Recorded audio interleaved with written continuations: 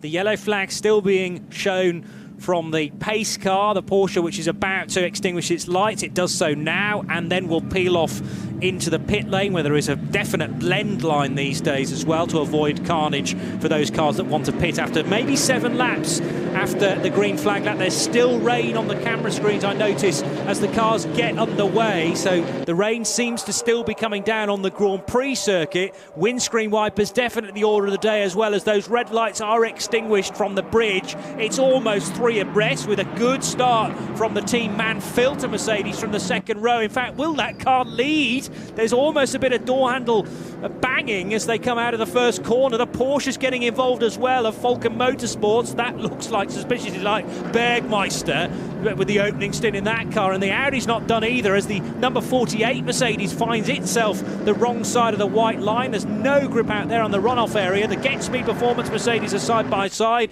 but it'll be the number 2 car to lead, and as the 48 goes wide again in the background, and a spin for either Bergmeister or Ragginger for the Porsche number 4 on the opening few corners. That is by far not what they wanted, and not the way we wanted to start a 4-hour race, frankly. No, I mean, I did say briefly my money was on Ragginger and Jörg Bergmeister in that number 4 car. Well, yeah, they're losing a lot of time there, and the problem's going to be finding a gap in the traffic to get back on. In, yeah. And, I mean, you were beautifully optimistic, I have to say, Johnny, when you were saying that it looked like it was drying out as they came down the Dottingerhohe at reduced speed behind the safety car. Absolutely agree with you. But the amount of spray that was being kicked up as they came down into that first little few sequence of corners, absolutely massive. And there was, as you said, very little grip to be had. And I think that's what caught out. Whether it was Ragginger or Bergmeister, we'll find out shortly. I've got Ragginger on my screen, actually, so we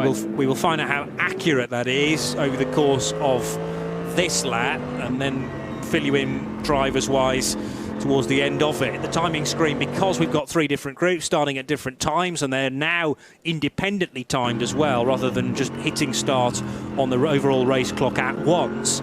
And it does mean for a rather confusing timing screen, at least for the first lap, and possibly into the second one as well. Incredible car control here from Fabian Schiller, who is at the wheel of the number 23 car, starting from pole position, but is now down to second place. And a process of elimination therefore tells me that at the wheel of the number 2 car must be Dominic Baumann, who currently leads the race. The second start group about to get underway, though, and at the sharp end of the field are the Cup 3 cars, which are heading now down towards the first corner. 979 Mühlner Motorsport car, well placed, but also the Schmickler Performance car, which is the yellow and black machine from memory, trying to go around the outside, and does get through. So start from the Schmickler car there, Johnny. It's come up. You'll tell us. I think it's come up from about 3rd, possibly the 3rd row of the grid, 4th or 5th on the grid at least.